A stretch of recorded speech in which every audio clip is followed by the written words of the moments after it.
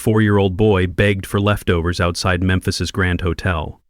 26 years later, a surgeon mocked a paralyzed man for offering his lunch as payment for surgery. She laughed. "I'll heal you for leftovers when hell freezes over." She had no idea the beggar and the paralyzed man were the same person, or that he owned her hospital. What would you do if someone offered you hope as an insult? The service entrance of Johns Hopkins Medical Center opened at 5:47 a.m., just as it had every morning for the past 3 years. Damon Pierce wheeled himself through the shadows, avoiding the marble lobby where donors' names gleamed in gold letters he'd paid for but never claimed. The janitors nodded their usual greeting. Marcus with his stories about grandchildren struggling through community college. Elena with her daughter's medical bills. Samuel with his dreams of opening a small restaurant someday. He was the only executive who knew their names, their struggles, their hopes deferred by circumstance.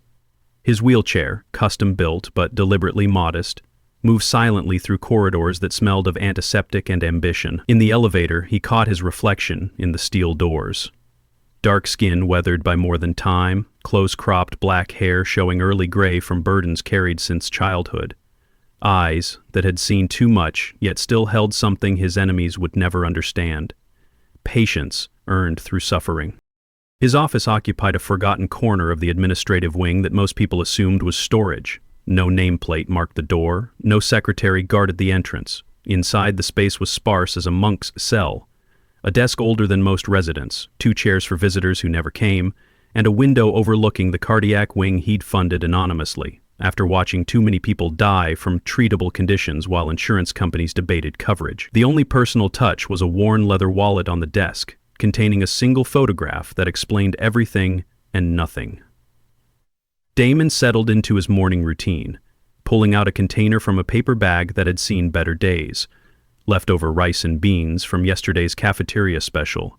The kind of meal that cost $3.99. The kind executives threw away without thought. He ate slowly, each bite a meditation, each grain of rice a reminder of hungrier times when even leftovers were luxury beyond reach. Esther Williams entered without knocking, their agreement after 3 years of shared secrets and mutual respect. The 68-year-old cleaning woman moved with the dignity of someone who'd raised 7 children on minimum wage and never once complained about fairness, because complaint was a luxury she couldn't afford. Her hands, gnarled from decades of harsh chemicals and harder work, still moved with surprising grace. "Morning, Mr. Nobody Special," she said, her standard greeting carrying layers of meaning only they understood. She was the only person in the building who knew the truth, that the man in the wheelchair eating cafeteria leftovers controlled more wealth than the next 10 board members combined. "Big day today," she continued, pulling files from her cleaning cart with practiced discretion. "New surgeon starts, Swiss import, Victoria Sterling." Damon's hand stilled on his fork. The name hit him like electricity through dead nerves, but his face revealed nothing, a skill perfected through 16 years of board meetings where showing emotion meant showing weakness. He'd read her file, of course. Brilliant, arrogant, known for selecting patients based on their ability to enhance her reputation rather than their need for healing. Her procedures cost $2.8 million. Her waiting list included senators, celebrities, and CEOs. Her rejection list, that was longer, filled with names of people whose suffering didn't photograph well for medical journals. "There's more," Esther said, watching his face with the intuition of someone who'd seen too much of the world's cruelty to be surprised by its patterns. "Check her family connections." She placed a folder on his desk, then resumed emptying wastebaskets as if they'd discussed nothing more important than the weather. Damon opened the folder, his breath caught, though his expression remained neutral. Victoria Sterling, maiden name Victoria Nathan, sister of Nathan Sterling. The same Nathan Sterling who'd driven a Porsche through a red light 16 years ago, who'd walked away from the accident that put Damon in this wheelchair, who'd laughed during the trial when his family's lawyers painted Damon as a scholarship kid who didn't belong in that neighborhood anyway. The leather wallet seemed to pulse with memory. Inside, the faded photograph showed a 4-year-old boy outside Memphis's Grand Hotel, palm extended, hope intact despite hunger. That boy had believed in justice, in merit, in the American dream that hard work could overcome any obstacle. The 16-year-old who'd earned a full MIT scholarship had believed the same thing.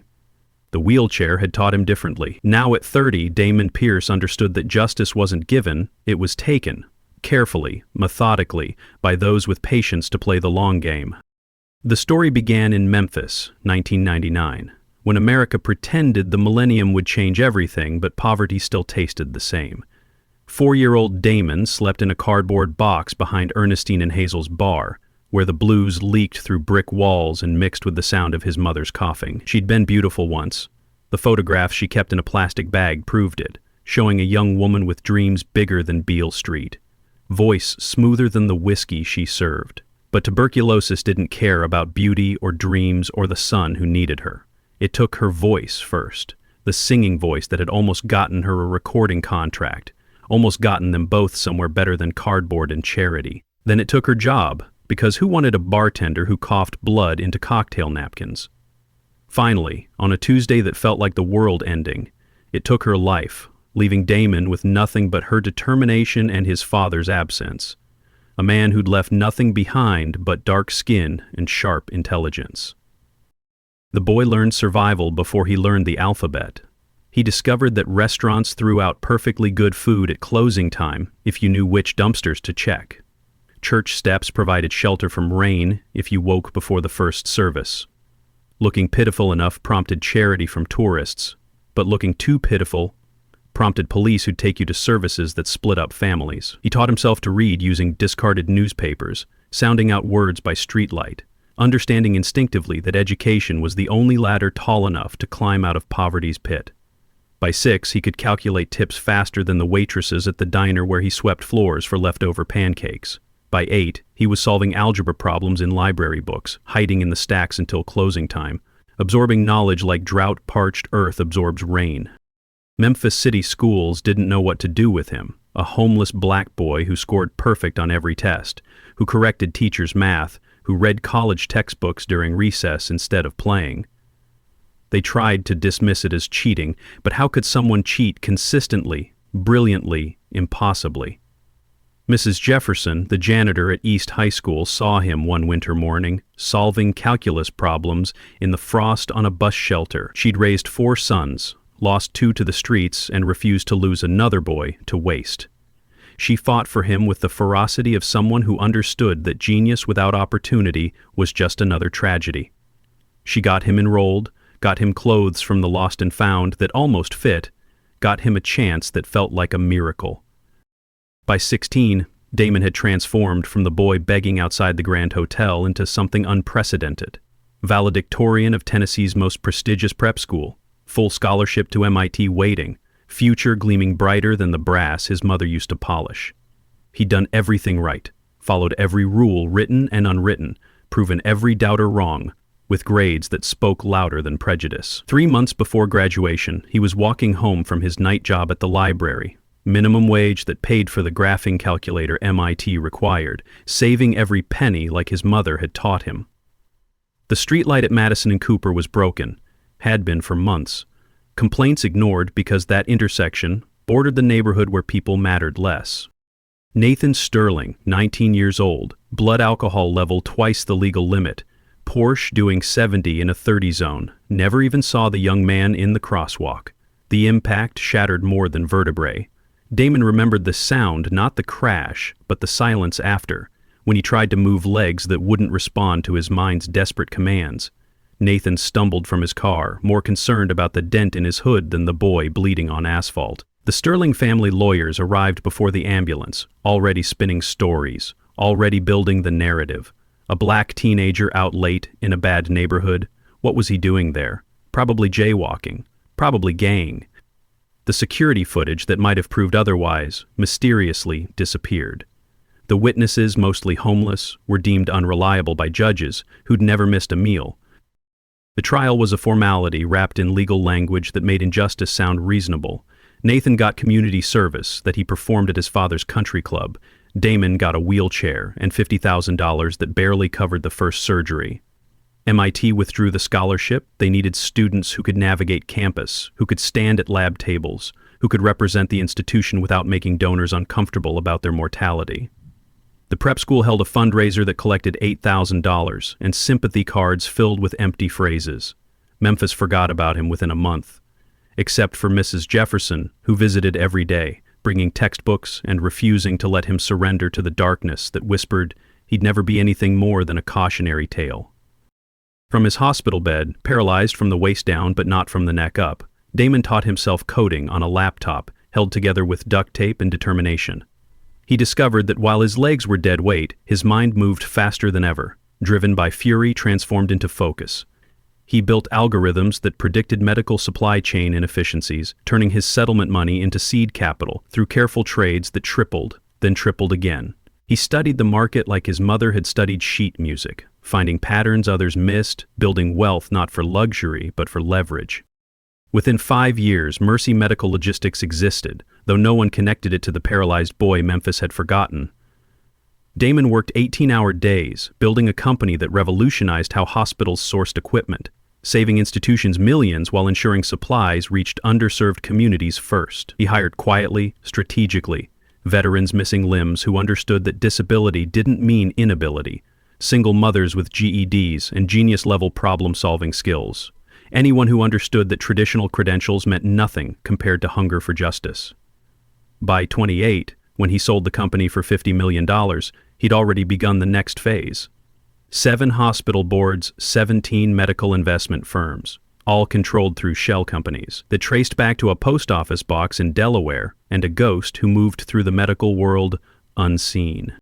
He wasn't interested in fame or Fortune 500 lists that celebrated wealth without questioning its purpose. He was interested in power, the kind that let you change systems from within, that let you ensure no brilliant child was turned away for being poor, that let you wait patiently for the universe to deliver opportunities for education disguised as revenge. When Johns Hopkins recruited Victoria Sterling, Damon saw the universe's dark sense of humor at work. Nathan's older sister, the family golden child who'd testified at his trial about her brother's bright future while Damon learned to use catheters.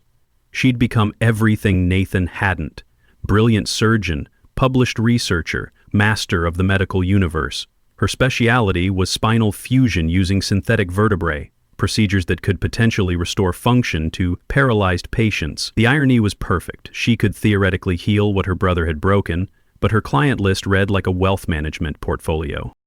The boardroom at Johns Hopkins gleamed with the kind of aggressive professionalism that made fortunes and broke spirits with equal efficiency. 32 members gathered for Victoria Sterling's introductory presentation, power radiating from handmade suits and Swiss watches that cost more than most people's cars. Damon positioned himself in the corner, notepad ready, playing the role he'd perfected over 3 years, the disabled assistant everyone ignored, the wheelchair-bound note-taker who blended into furniture, the invisible man who saw everything. Victoria entered like she owned the air itself, her credentials from Zurich preceding her like herald trumpets. She didn't acknowledge anyone below department head level, her eyes sliding over Damon as if he were particularly uninteresting wallpaper.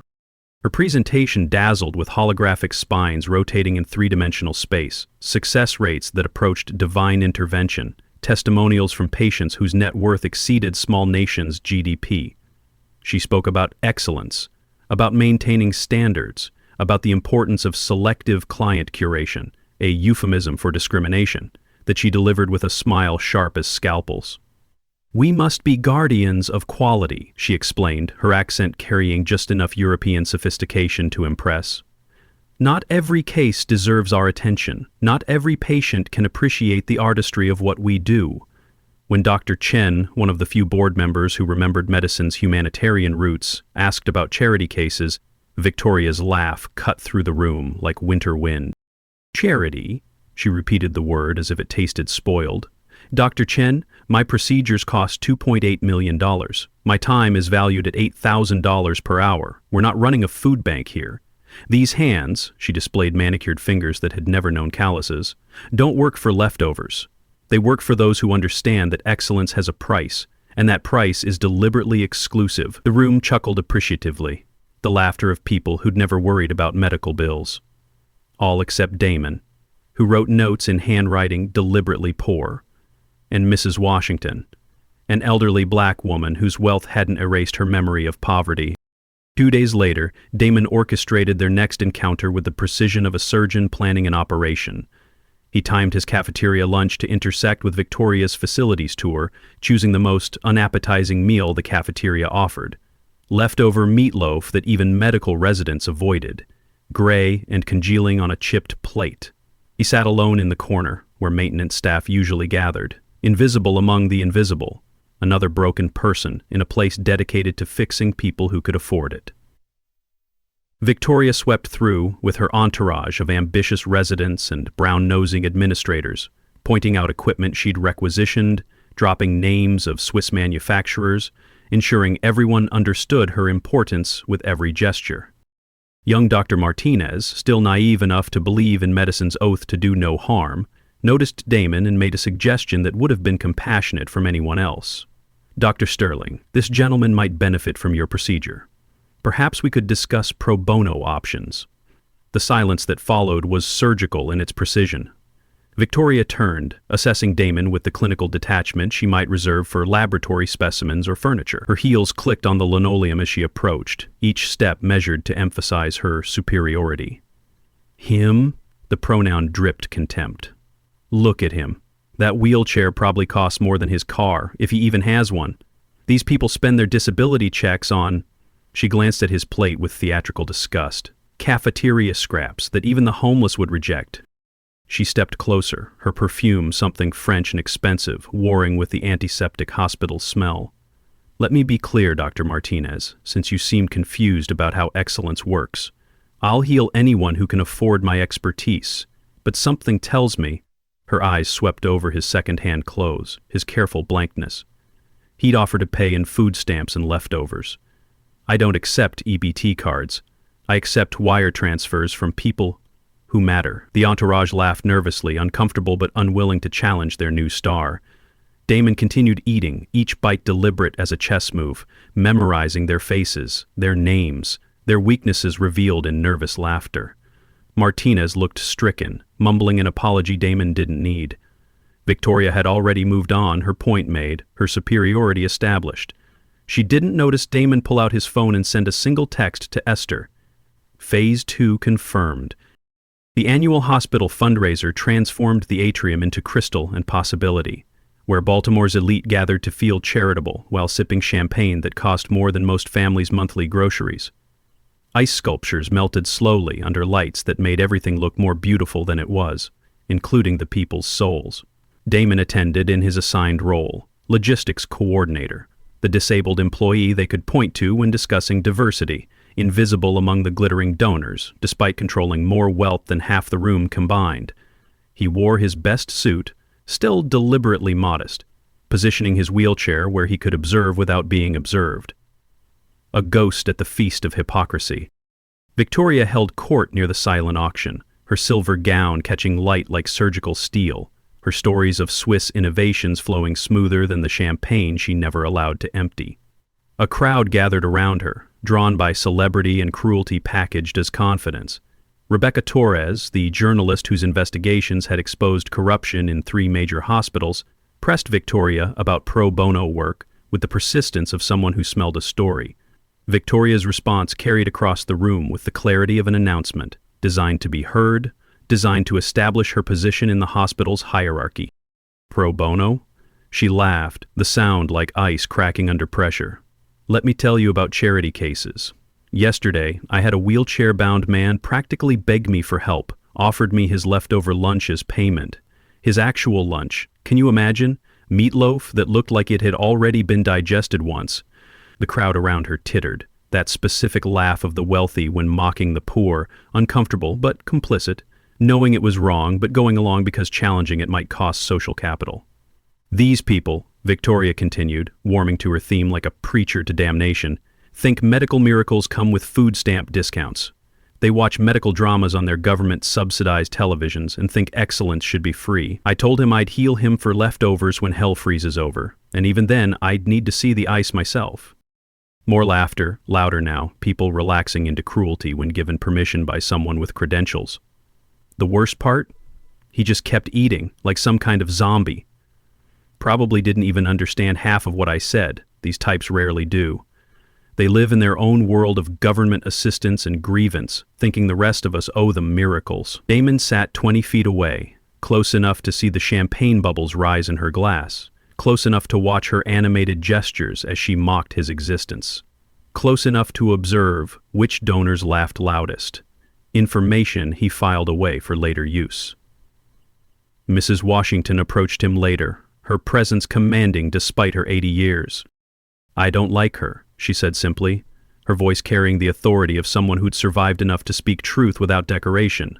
"Reminds me of the doctors who told my mama her cancer wasn't worth treating properly because we couldn't pay cash up front. Mama died thinking she was worth less than her disease." Damon met her eyes, seeing recognition there, seeing an ally. "Sometimes," he said carefully, "the best lessons come from the worst teachers." She studied him with the intensity of someone who'd spent decades reading people like contracts. "Mercy Medical Logistics," she said quietly. "I did my homework after that board meeting." "You're him. The ghost donor, the one who makes sure babies in West Baltimore get the same equipment as senators' grandchildren." That night, Damon's penthouse apartment felt smaller than his childhood cardboard box. The view of Baltimore's inner harbor, usually calming, seemed to mock him with its beauty.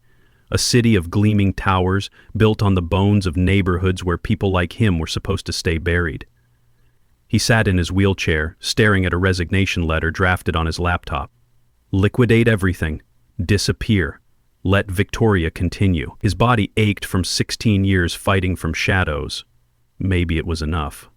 The leather wallet fell open to 4-year-old Damon, palm extended. He remembered a woman laughing, dropping a half-eaten sandwich at his feet. Leftovers are all you'll ever have. The memory merged with Victoria's mockery, creating a weight too heavy to carry anymore. His hands trembled as he reached deeper into the wallet, pulling out a letter worn soft from years of handling, his mother's handwriting, shaky from illness but clear in purpose. "My beautiful boy, if you're reading this, I'm gone, but my love isn't. This world will try to tell you what you're worth, by your clothes, your address, your skin. They'll offer you their leftovers and expect gratitude. But remember this, letting others define your value is the only true poverty. If you must go hungry with dignity. If you must beg, never beg for respect. Demand it through your actions. Your worth was decided the moment you were born, and no amount of money can increase or decrease it. Love, Mama." The tears came then. 16 years of suppressed grief flooding through cracks in his armor. He'd built an empire from spite, accumulated power from pain, but somewhere along the way he'd let Victoria Sterling and her kind define the game. He was still that 4-year-old boy, trying to prove he deserved more than leftovers, when his mother had already told him he deserved everything. His fingers hovered over the send button for the resignation email. One click and he could stop fighting, stop proving, stop letting people like Victoria make him feel like that boy on the pavement. But his mother's words echoed, "Demand it through your actions." Running wasn't an action, it was surrender. His phone rang. "Mrs. Washington."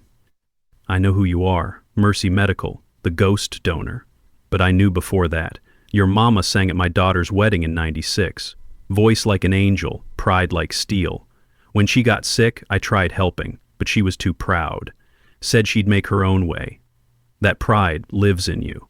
But pride and isolation ain't the same thing. Your mama fought alone and lost. You don't have to. Tomorrow's board meeting, I'll be watching. We all will. Time to show them what leftovers can become when served properly." The call ended. Damon folded his mother's letter carefully, placing it back in the wallet like a talisman. He deleted the resignation letter. Tomorrow, Victoria Sterling would learn what happened when the meal you mocked became a feast of consequences. His mother had been right. His worth had been decided long ago. Time to help others remember theirs. Next morning's board meeting was scheduled for routine quarterly reviews, the kind where powerful people pretended to care about community health while checking stock portfolios on their phones. Damon arrived early, placing sealed envelopes at each seat, then took his corner position. Board members filed in with their usual mixture of self-importance and boredom. Victoria entered late, apologizing with practiced insincerity. The meeting proceeded normally until Dr. Chen opened his envelope. His face transformed from polite attention to shock. Other members followed, 31 faces cycling through confusion, recognition, and fear. Only Victoria remained oblivious, growing agitated as silence replaced routine discussion. "What's happening?" she demanded, her voice sharp with the indignation of someone unaccustomed to being excluded. Damon wheeled himself to the presentation screen. "A revelation," he said, his first words in any board meeting, delivered with the calm of someone who'd waited 16 years for this moment. The screen illuminated with corporate structures unraveling like DNA helixes, shell companies revealing themselves like secrets under interrogation lights. Mercy Medical Logistics appeared first, its revolutionary algorithms, its sale price. Then, the investment trail, 7 hospitals, dozens of medical firms, all roads leading to one name, Damon Pierce. The man Victoria had mocked for eating leftovers owned the building where she worked, the equipment she used, the very air she breathed, with such arrogant assumption. Dr. Sterling spoke truth in her newsletter interview. "I did offer leftovers as payment, not because I couldn't afford millions, but to see if excellence could coexist with empathy. It cannot, apparently, not in her hands." Victoria's face had drained of color, her designer confidence crumbling like ash. The janitor she'd mocked, the orderly she'd used as a prop, the disabled man she'd dismissed as worthless. He owned everything she'd thought was hers by right of superiority, but Damon was just beginning, each revelation placed like surgical cuts. Next slide. Police reports from 2015. Nathan Sterling's DUI, the paralyzed teenager, the cover-up. "Your brother took my legs. Your family's lawyers took my voice, but neither took my mind." The boardroom's temperature seemed to drop 20 degrees as members realized they'd been dining with someone whose suffering they'd ignored. "You testified at his trial," Damon continued, his voice carrying the weight of years. "Spoke about his bright future, while I learned to transfer from bed to wheelchair. Interesting how futures are weighted differently depending on zip codes and skin color." Victoria's mouth opened and closed, no words emerging. The woman, who always had a cutting remark, was struck mute by truth delivered without emotion. 8 months ago, I applied for your procedure as Marcus Johnson, a janitor. Complete L3, L4 severing, identical to my injury. You rejected me without examination. Your note. Waste of resources." The slide showed the actual document. 3 months ago, I applied as David Sterling, your millionaire cousin. Same medical records, different letterhead. You scheduled surgery immediately, bumped a teenager from your list. Board members gasped at the naked discrimination. Operating room 7 is prepped. The patient you approved, David Sterling, awaits. Time to honor your commitment. Prove excellence works on spines, not bank statements. The board voted unanimously to witness. Victoria had no choice, her reputation hanging by surgical thread. In OR 7, Victoria found Damon already prepped, conscious on epidural by choice. She began with mechanical precision, her training overriding emotional collapse. For 90 minutes she worked with the skill that had made her famous. Then came the critical moment, the innovation point, where her reputation claimed miracles. Her hands froze above his spine. The monitors sang warnings. "I can't," she whispered. "The severing is complete. My technique only works on partial paralysis. If I continue, you'll have permanent nerve damage. Possible death." But something shifted in her eyes. For the first time in her career, Victoria Sterling saw not a spine, but a person. Her hands trembled violently as she looked at Damon's face, seeing him clearly. The man she'd mocked, the human she'd reduced to leftovers, the life she'd deemed worthless. "I'm going to try," she said suddenly, tears falling onto her surgical mask. "I know it won't work, but I'm going to try. You deserve someone who tried." She began the impossible procedure, hands shaking but determined, knowing failure was certain but attempting anyway. The first time Victoria Sterling had ever risked her reputation for a patient instead of protecting it. "Stop," Damon said firmly. "Dr. Martinez will take over." But as Martinez entered, Victoria didn't step back with her usual arrogance. Instead, she moved to assist position, her voice cracking. "Tell me what you need. I'll help. Please." Martinez, shocked by her humility, nodded. As he implemented his stem cell bridge technique, the one Victoria had mocked as wasting time on the hopeless, She handed him instruments with the dedication of a first-year resident learning from a master. When he needed precise pressure on a nerve cluster, her hands were there. Steady now, in service rather than showmanship. For the first time in her career, Dr. Victoria Sterling became what she'd pretended to be, a healer. The observation deck watched in stunned silence as Victoria Sterling, who'd never assisted anyone, worked with total focus to support Martinez. At one critical moment, when Martinez needed to see a specific angle, Victoria contorted herself painfully to hold a retractor, sweat dripping from exhaustion. "Thank you," Martinez whispered. "No," she replied, her voice raw with revelation. "Thank you for showing me what medicine actually means. Thank you for showing me what medicine actually means." As Martinez worked his innovation, Damon's voice came through the speakers. 341 patients rejected, while you performed lesser procedures on the wealthy. Starting today, they receive free treatment. Dr. Sterling's assets will fund it. But then Damon paused, his voice carrying weight beyond statistics. Rosa Alvarez was number 37. Single mother, 3 jobs, daughter Lucia paralyzed in a school bus accident. Rosa sold her mother's wedding ring, borrowed against her sister's house, gathered $43,000, her life savings plus debt she'd never escape. She came to you, Dr. Sterling, with Lucia's picture and hope heavier than any payment. You looked at the check, not the child, and said, "This barely covers my consultation fee. Did you think this was charity?" Rosa left, crying. Lucia never walked again. Last month, Lucia aged out of pediatric care, still paralyzed, still dreaming of dancing at her quinceañera. The observation deck could hear Victoria's sob even through her mask as she continued assisting Martinez, finally understanding that behind every rejection was a Rosa, a Lucia, a dream she'd killed for profit. 6 months later, Damon actually walked, through Baltimore, legs restored by Martinez's innovation and Victoria's humbled assistance. The Pierce Center for Spinal Recovery occupied Victoria's former clinic, transforming exclusivity into inclusion. Inside the waiting room, Rosa Alvarez sat with her daughter Lucia, now 15, wheelchair-bound but glowing with hope. They'd been first on the list when the center opened, Victoria's personal request. "Mrs. Alvarez," Victoria approached, kneeling to Lucia's eye level, "I owe you an apology that words can't carry. 6 years ago, I saw your mother's check instead of your dreams. Today, if you'll let me, I'd like to see you dance at your quinceañera." Rosa's tears fell like rain as she recognized the woman who'd dismissed them. "You said we were looking for charity," Rosa whispered. Victoria's voice broke. "I was wrong. You were looking for hope, and I was too blind to see the difference. Dr. Martinez will lead your surgery, but I'll assist every step. Your daughter will dance, Mrs. Alvarez, not because you can pay, but because she deserves to dream." Lucia reached out, touching Victoria's face with the forgiveness only children possess. "My mom says holding hate makes you tired. I'm not tired anymore." Victoria broke completely then, understanding that redemption came not from grand gestures, but from facing those you'd failed. In the playroom, Victoria knelt beside 4-year-old Keisha Williams, also paralyzed in a hit and run, tying sparkly shoelaces with patience she'd never shown before. "Dr. Sterling," Keisha whispered, "my mommy says we don't have money like the other kids. Can you still fix my back?" Victoria's tears fell as she answered, "Sweetie, I once thought money determined worth.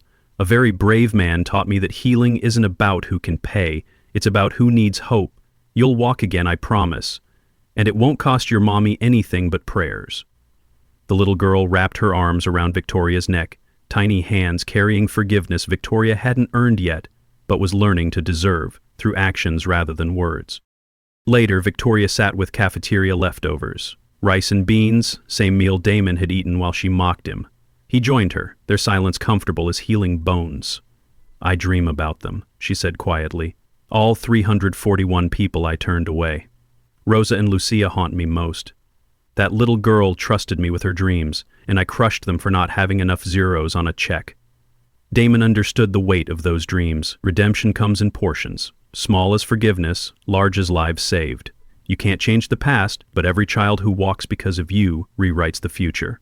Lucia will dance at her quinceañera. That's not erasing the past, it's building a better future from its ruins. As evening fell over Baltimore, a small hand tugged at Damon's jacket. A boy, maybe 4, stood with his grandmother. "Mister, my grandma's sick. They said the medicine costs too much. Can you help?" The child's eyes held the same desperate hope Damon had carried decades ago. "What's your name?" "Marcus Johnson." The name hit like destiny. His rejected alias now made flesh, the cycle beginning again. "Well, Marcus Johnson, tell them Damon sent you. They'll take care of your grandma." As the boy left, his grandmother whispered, "Sometimes the people who help most are the ones who remember hunger. They know leftovers can be feast enough when served with love." Damon stood alone on the sidewalk, watching Baltimore's lights flicker like stars fallen to earth. The 4-year-old who'd begged outside the Grand Hotel had become the man ensuring no child would beg again. His mother would have been proud, not of the millions or the power, but of this, making broken things whole, feeding the hungry with more than food, proving that dignity could triumph over arrogance, with patience and purpose. Some battles are won not with power, but with dignity. When the world tries to reduce you to leftovers, remember, even crumbs can move mountains when served with purpose. In a system designed to value wealth over worth, what would you do? Walk away from injustice, or transform it from within? If you were her, witnessing your arrogance reflected in a child's tears, would you change? Would you learn that excellence without empathy is just emptiness with credentials? Would you change what you... The choice is always ours. Choose wisely.